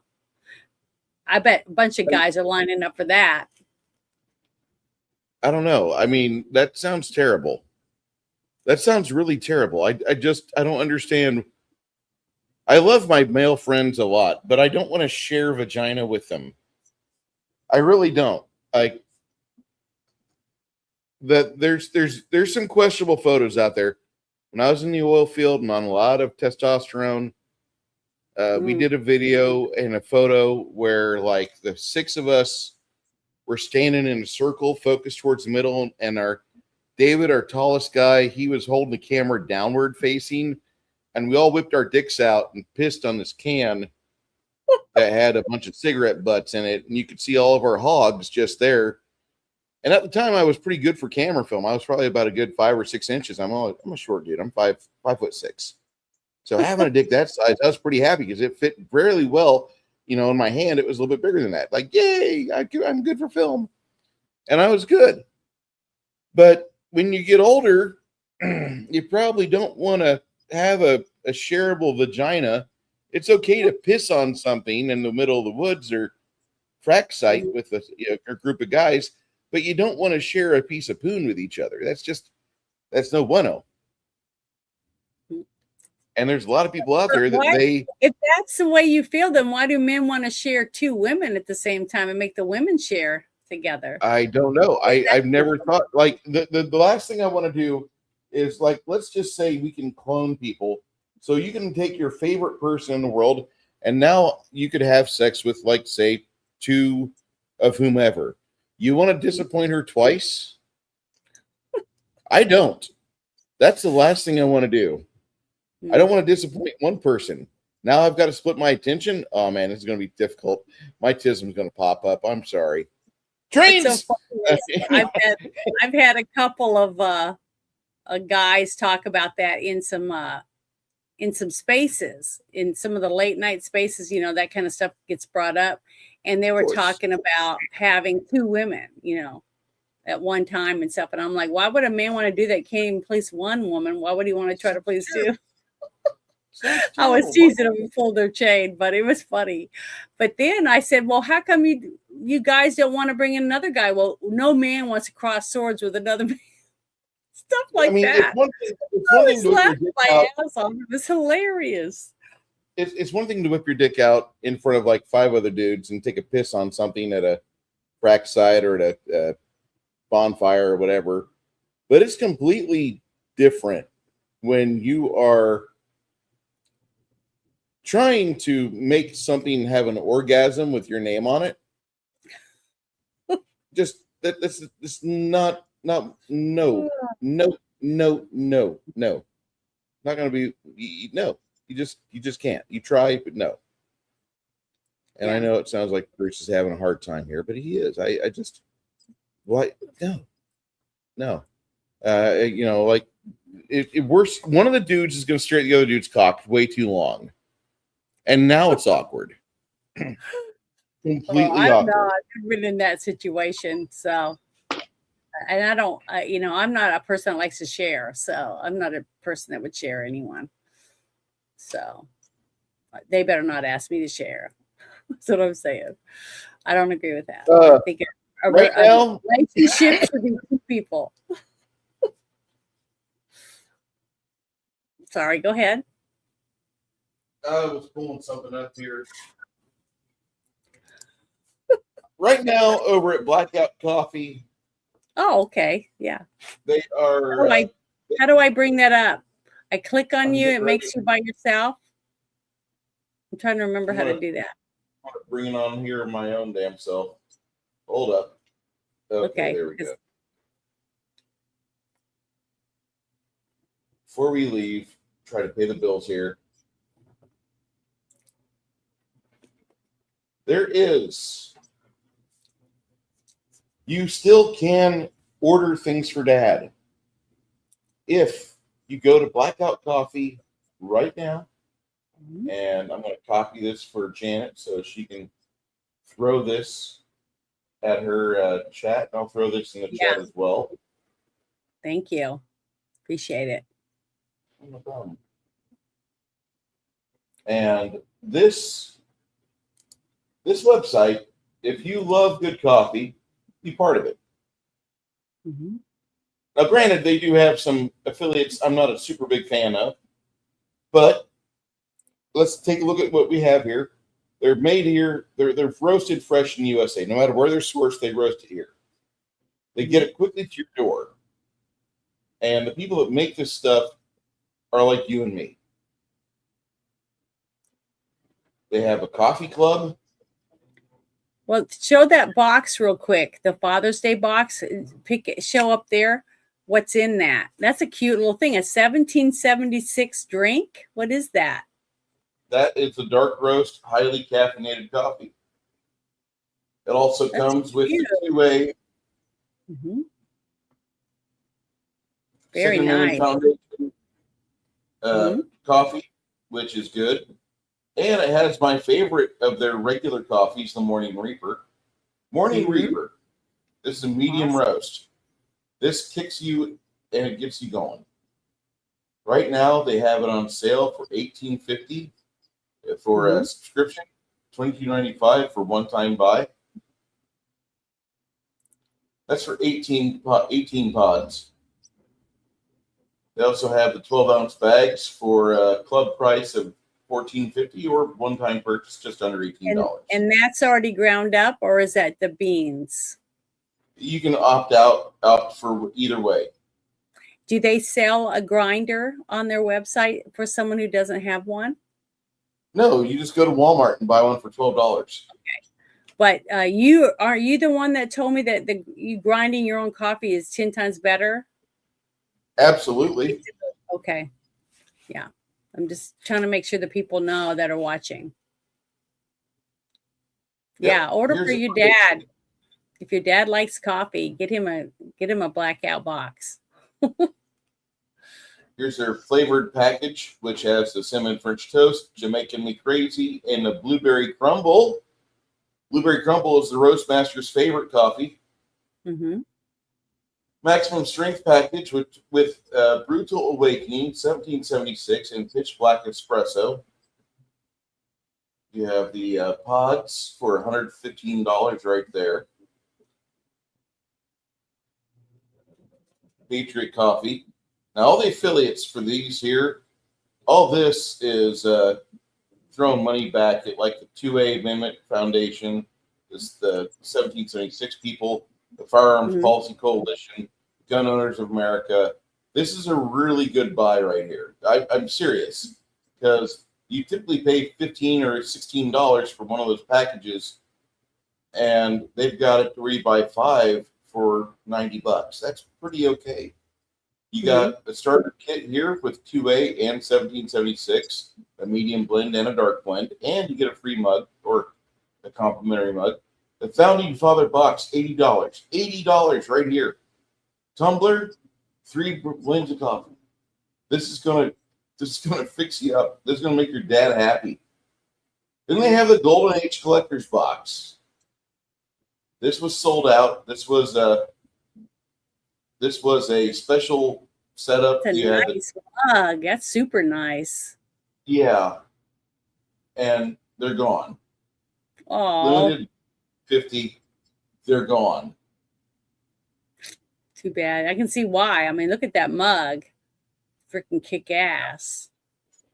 Let's look at the mugs real quick.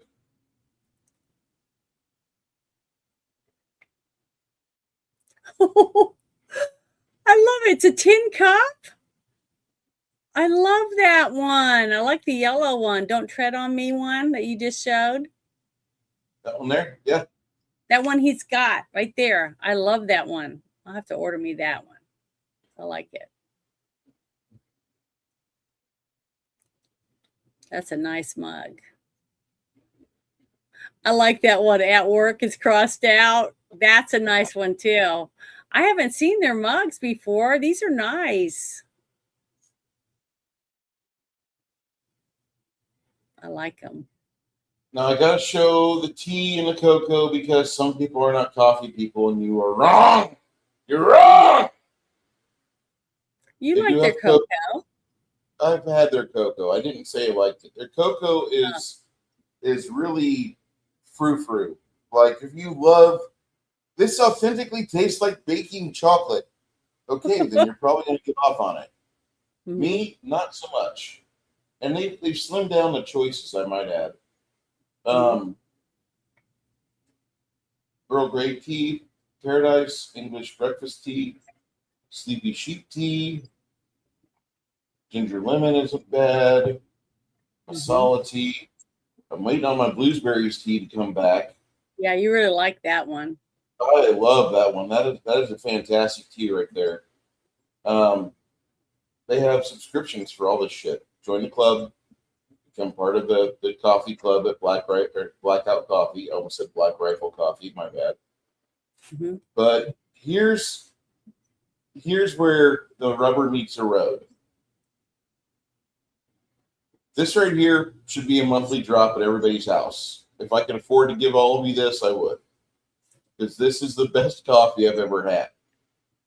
It actually is the best coffee I've ever had. It's not too super strong, but it's strong enough to where you have one cup, you're like, I'm on the road. And more so, it tastes like you've just had like a bakery treat. Double dark chocolate's good. The climax is great. It's actually kind of exciting. The coconut caramel mocha, would recommend again. Cookie dough is all right. Toasted coconut, it's not my favorite, but I was given that before. This right here, probably my second favorite flavored blended I love coffee. caramel. Caramel's my favorite candy. That has a heavy caramel flavor to it. I'd probably like that one then. Cherry jelly donut is good as well. I will say that this month, the dark bourbon pecan reserve, and oh boy, if you like pecan flavored coffee, like we're in Texas, there's pecans in everything. You can have pecan flavored cookies, pecan flavored coffee, pecan cake. You can have pecan this, pecan that. This stuff is my aunt lives in Louisville, Texas, and she has pecan trees in her yard. Yeah. Because you're in Texas, right? Yeah, we're here in San Antonio. Mm-hmm. So here's the regular blends they sell. Morning Reaper, if you're saying, Bruce, I just need a good blend of coffee, I don't need it to be flavored. Morning Reaper, there you go. Medium blend of coffee, still fairly well caffeinated. Not as caffeinated as this right here. That's the most highly caffeinated they've got. These two are about the same on caffeine. This is a medium. This is a dark. This is a dark. If you like a medium blend, Morning Reaper's your friend. I can't stress that enough to you. Pitch Black Espresso is good. I have a 5-pound bag of that. Smooth finish. 5 pounds of beans. It's so good.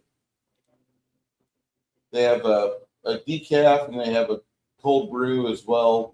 Meh. And they have this stuff, and it looks really good. The Summer Range blend, I've been drinking that for the past few days, and it's sourced out of, I believe, Nicaragua. Mm-hmm. Yeah, Nicaragua, a little bit of Mexico, a little bit of Colombia. It's very drinkable. And that's one thing I'll say about Blackout Coffee. 100% of the time. Their stuff is very drinkable. I was very surprised that this says sold out already. It's crazy, but every month they do a new blend, and you have a chance to get a hold of a new type of coffee from somewhere new and exciting that you've never had before. So that's Coffee Club for. Sorry. Do they add a different mug each time they do the different thing like that? That's only the one mugs are time? sold separate. The mugs are sold separately. I know, but earlier when you showed that one that sold out, I had a mug with it, right? Do they do that very often? They do different bundles and gifts. Okay. They do different bundles. Like here, there's no mug. Here, there's no mug. Here, there's no mug. Yeah. There's a mug one. Right here. Mm-hmm. And then they also have, and they put out a new mug like every 3 to 5 months. I really like this one, the steel mug, the 12-ounce steel mug. I think it's great. Give me coffee or give me death. Those are great. They're very catchy and cute. They're actual cups that you'd want, and you'd want to pull it out and give it as a gift. Also, that's why I really like them. These mugs are pretty affordable. I think $15 for a 12-ounce mug is great because there's a lot of people on Etsy or YouTube creators that charge you the same amount for an 8-ounce mug. And 8 ounces of coffee won't get you far.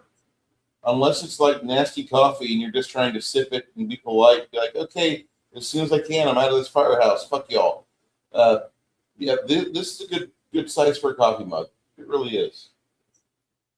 I would recommend the stuff they sell through Blackout, but I figured I'd let you know about that. Oh, and if you want my code, I'll get you 10% off. Hold up. Yeah, I think you should share that. But yeah, I love that mug. I think that's a really nice one, and I like that middle. 10% off. And then once you get your code, once you use that one time, get on their program for text messages and emails, because you'll never pay cover price for their coffee. They have specials all the time. Completely worth it. Would recommend over and over and over again.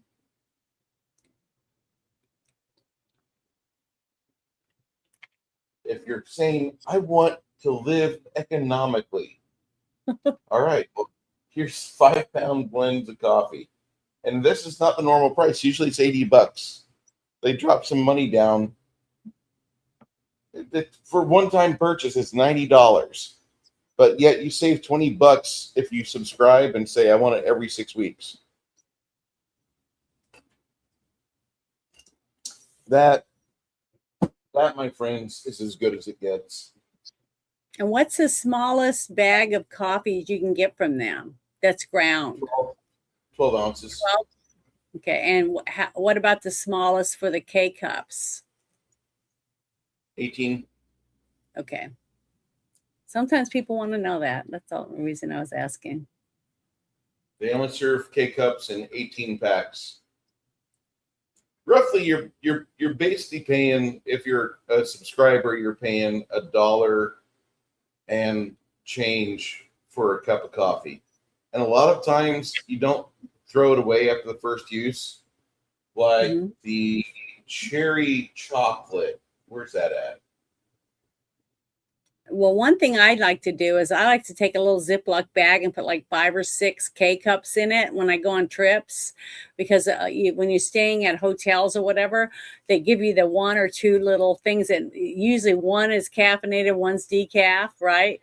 And then you have to call and have someone bring you something. So I always take some just so I have my own K-cup available when I want a cup instead of having to wait around. This stuff right here. Say you've got a tumbler like this lovely war crime tumbler from FTE. You don't want to just put 12 ounces of coffee in this. You want to put at least like 24. Well, the thing with a lot of these sweeter blends when you make the K-cup version, they're really sweet. And so you want to keep the pod in and run another amount of water through it Mm-hmm. and, just have that process in your cup and dilute it. Because otherwise, the chocolate cherry flavor is going to overwhelm you unless you're like one of these people that says, no, give me diabetes. Okay, whatever. Okay. Well, I'm glad you said that because someone may not think about that. The pods you want to run 2 cycles through. You really do. There's very few of the pods that provide you the right blend the first time. A lot of times you have to run through twice. Have And you that's tried just their instant coffee? No. Okay. No. I know a few no. people that use it. Well, that's cool, but Bruce looks at instant coffee the same way I look at an automatic transmission. Nope, that shit's not for me.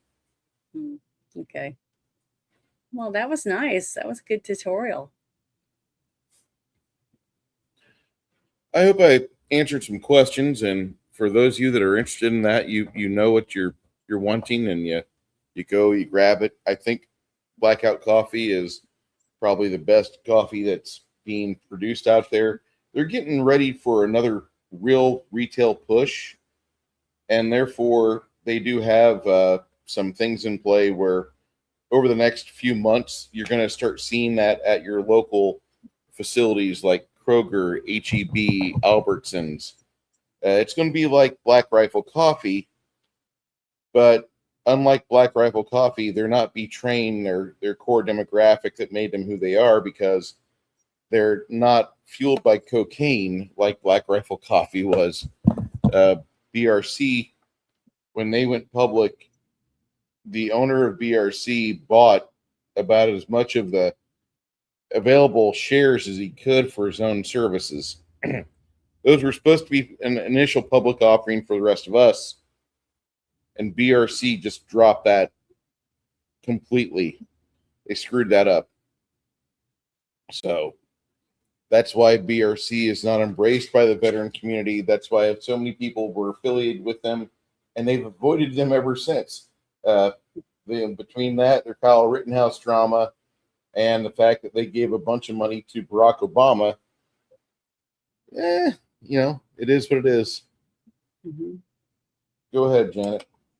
Well, before we leave, I just wanted to end with this movie to me wasn't so bad. It was really well done. I had very good direction, very good editing. The music was good, pretty interesting for the way the story unfolds.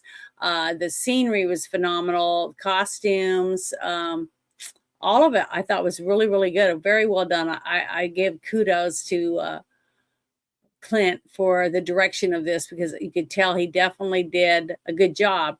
And you got to remember, when a director is directing, not all directors that do direct and act in their films, and there's quite a few of them, believe it or not, actually can direct themselves within a movie. You could definitely tell that they're like sloppy or whatever. I didn't get that from him in this movie. And I thought he did a phenomenal job playing who he was supposed to be playing when he was playing him.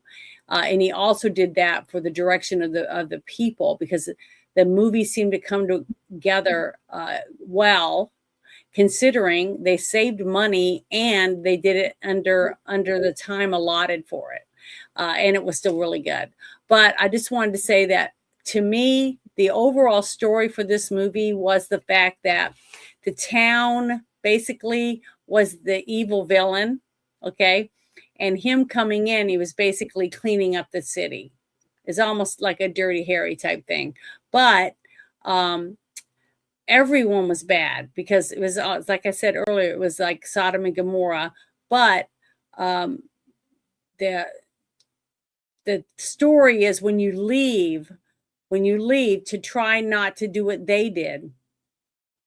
Don't just stand around and let bad things happen in front of you. Call someone, pick up the phone, intervene, yell and say, hey, why are you doing that? That type of thing. Speak up when you see things that you feel are wrong. And that's what I think the premise of this story was supposed to be.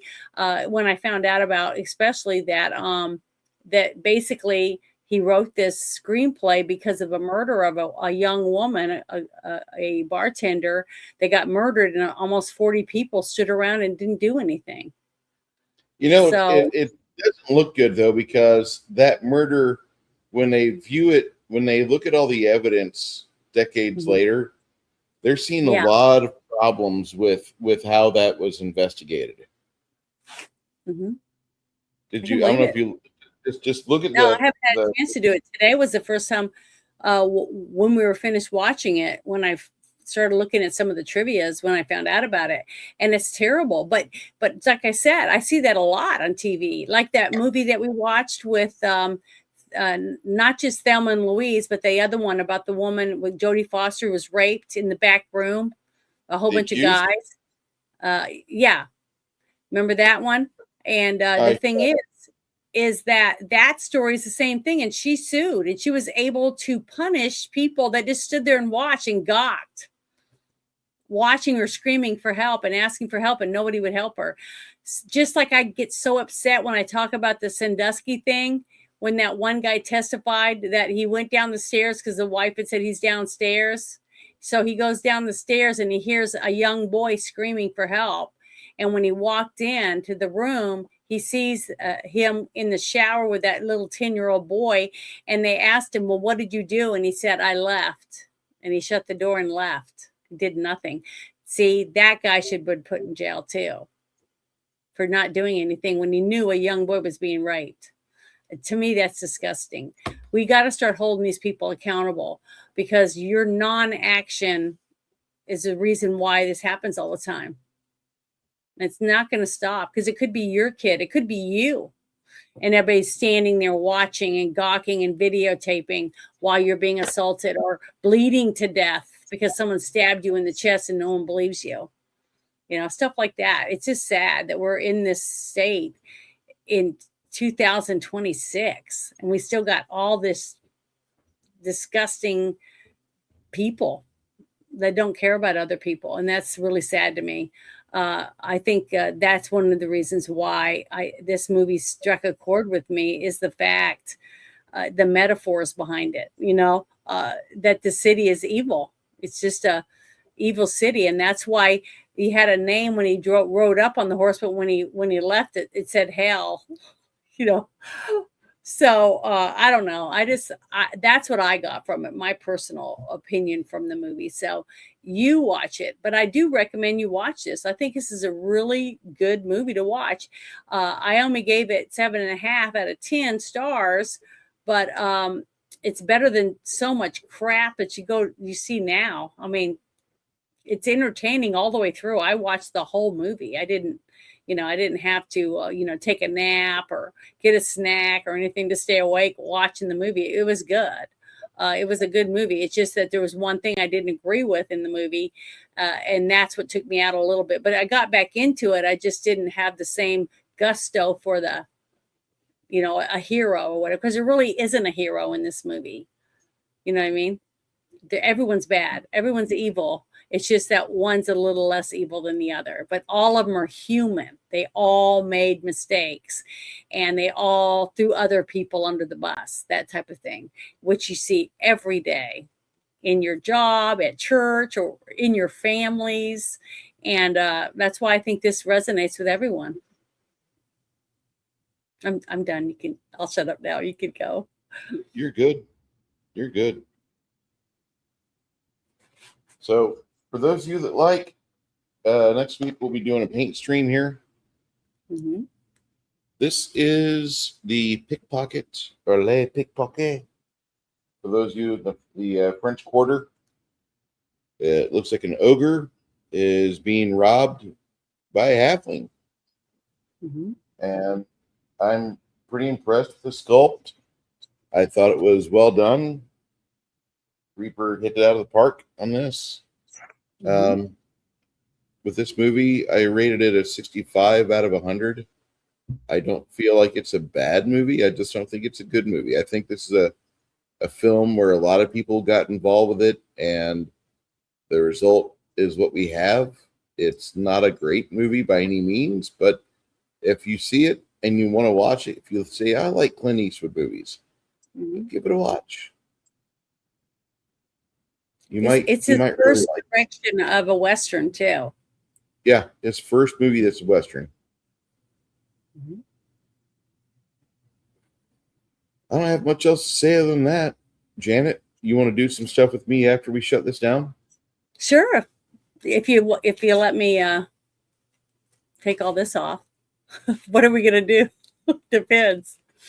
Because I gotta take this off and stuff. I wanted to watch the new memes. There was a new drop of the Carmelo Anthony memes that came out, and I wanted to watch those with you because I love memes. I'm a very if you'll let me go get me something to eat, I'll just leave this on and we can watch the movie or watch the memes. I'm starving. Yeah, go ahead. Okay. I haven't eaten a whole lot either. So, is Angry Cops meme review? We can watch it in Discord so people can join us in there. Yeah, we'll do that. Because Six Nations is asking, is it the Angry Cops meme review? Yes, it is. Okay. So we'll do that then. But thank you guys very much for hanging out with us today. We really enjoy it. And because, we like doing it. We like doing this, and I've loved doing it ever since Bruce asked me the first time. I look forward to it every week. So I hope you guys enjoyed it. But you guys have a wonderful night, and hope you had a great weekend. Talk to you later. Bye, everybody. See ya.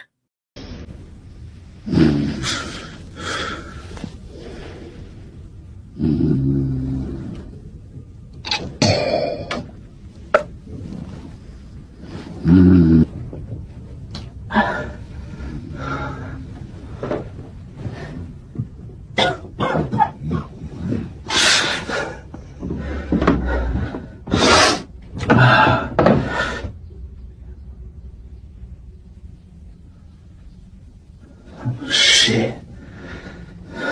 Morning, Dad.